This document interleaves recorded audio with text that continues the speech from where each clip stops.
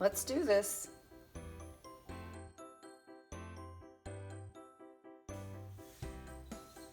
I'll be honest, this is not something I ever thought I would try, but here I am.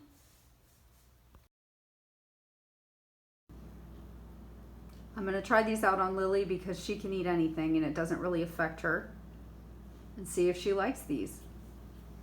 We want to be more self-sufficient, so why not start in the dog treat aisle and using every bit of the chickens that we have. So these are our meat bird legs, feet, I should say, and we usually just get rid of them. I'll tell you, I know people love them. We just get rid of them, but here we are.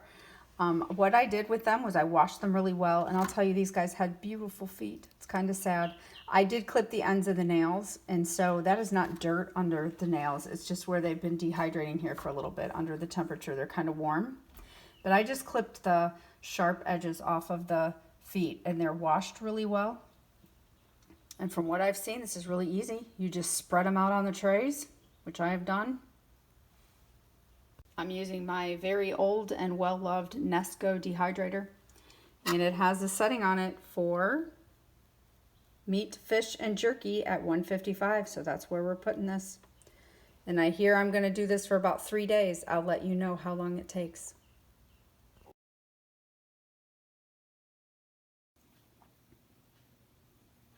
These were fairly dry after 3 days, but I wasn't sure, so I let them go another day and a half, and they are very dry now, so they're certainly ready to go. They look pretty gross, but the dog really likes them.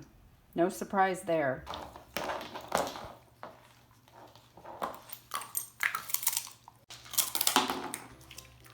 They don't last very long with Lily.